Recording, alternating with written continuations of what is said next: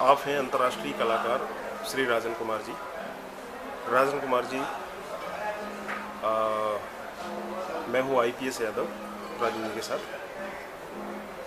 राजन जी, आपको बहुत बहुत बधाई हो।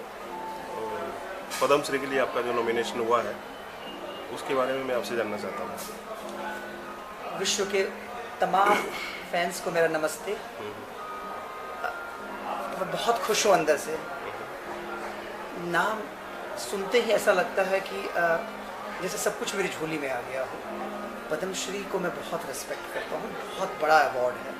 कई सारे अवार्ड मुझे पहले मिले हैं, राष्ट्रीय, अंतर्राष्ट्रीय, लोकल लेवल पे, लेकिन इस अवार्ड के लिए नॉमिनेशन होना ही मतलब एक सुखद अनुभूति है जो मैं बयान नहीं कर सकता हूँ। और इसके पीछे मेरे तमाम फैंस हैं जो लगातार ये मांग करते रहे कि इस कलाकार को पद्मश्री मिलना चाहिए। कई सालों से ये प्रकरण चला आ रहा है। 2013 में भारत सरकार ने मुझे लेटर भेजा था। इस बार दोबारा जब मुझे लेटर मिला कि आपका नॉमिनेशन हुआ है पद्मश्री के लिए, तो मैं बयान नहीं कर सकता हूँ। और यही वजह कि अभी आप हमारे सामने बधाई देने के लिए आए हुए हैं। काफ़ी कम उम्र में आपने काफ़ी बड़े बड़े अचीवमेंट्स किए हैं। राष्ट्रीय अंतर्राष्ट्रीय स्तर पर परफॉर्म किया है आपने एक बतौर कलाकार।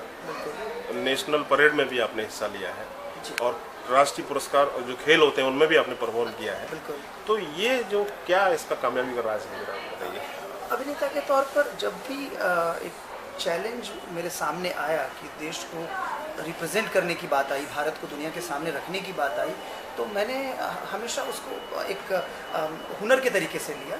और मैं बताना चाहूँगा कि एफ्रो एशियन गेम्स जब हुआ था तो उसमें जो उसका मास्कट था शेरू, वो मैंने वहाँ पर परफॉर्म किया। लोगों ने अंतर्राष्ट्रीय स्तर पर लोगों ने पसंद किया। 2004 में जब अंतर्राष्ट्रीय ताज महोत्सव उत्तर प्रदेश में सेलिब्रेट किया जा रहा था, तो उस वक्त में उनको शाहजहाँ चाहिए था। तो शाहजहाँ का वो चरित्र मुझे ऑफ़र किया गया। मैंने लगातार महीनों मेहनत करके अंतर्राष्ट्रीय ऑडियंस को ये एहसास कराया कि आज भी शाहजहाँ हैं, वहाँ लाइव परफॉर्मेंस देखे। तो वो एक अनूठा एक्सपीरियंस था। उसके बाद कई ऐसे वाक़ये आए, जैसे बराक ओबामा साहब आए हुए थे पिछली दफ़ा, तो पूरे कलाकारों को लेकर उनके लिए परफॉर्म करना दिल्ली में एक सुखद अनुभव था।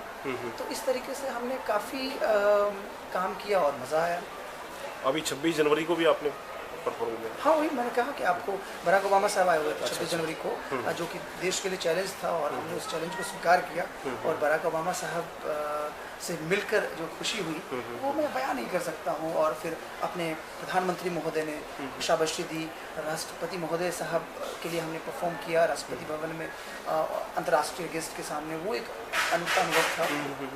सबसे अच्छी बात है कि पिछले कई सालों से ऑलमोस्ट 2 दशक होने को आया है जब मैं अंतर्राष्ट्रीय स्तर पर भारत को रिप्रेजेंट कर रहा हूँ। और यही वजह है कि कई सारे वर्ल्ड रिकॉर्ड्स में अपने नाम शामिल हुए, जो कि भारत के लिए शान की बात है।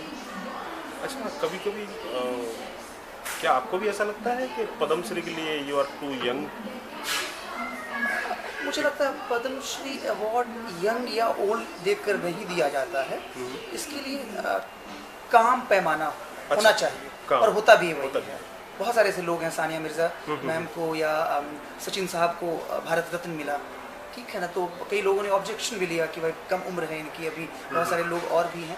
लेकिन काम एक पैमाना होना चाहिए। और पर्सनली देखिए, मेरा कोई स्वार्थ नहीं है, लेकिन मैं मानता हूँ कि अचीवमेंट जिस समय आप डेवलप कर रहे हो उस वक्त में भी आपको इस तरह के अवार्ड मिलने चाहिए, जिससे आपके कंधे पर एक जिम्मेदारी आ जाती है। अगर पद्मश्री राजन कुमार को मिलता है तो राजन कुमार और गति को बढ़ाकर और अपने काम को बढ़ाकर और अच्छा काम करके देश को दुनिया के सामने रखेगा। ये चीज़ हो जाती है। और मुझे लगता है कि उनको भी मिलना चाहिए जो लोग बिल्कुल बुजुर्ग हो गए हैं, जो लोग, लेकिन फिर वो एंजॉय नहीं कर पाएंगे उस अवार्ड को।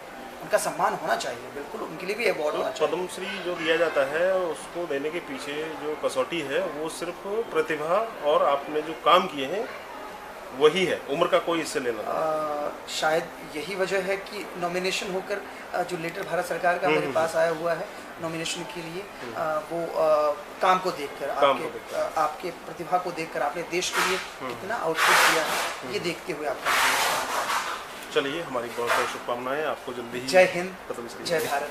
Thank you.